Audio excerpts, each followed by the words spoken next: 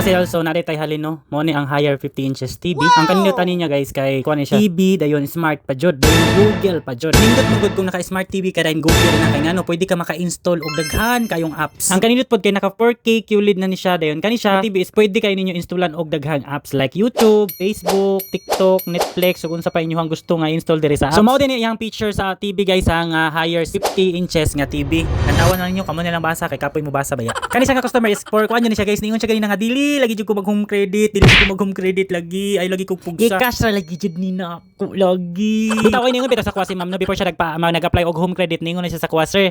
Kani siya i-cash unta namo pero home credit lang namo kay ngano naman may gamitan gud sa among kwarta. So instead namo i-cash, why not nga installment na lang namo kay ngano ang Imperial naa siya ginatawag nga home credit price, so naka-discount siya instead na SRP ang iyang bayaran sa cash.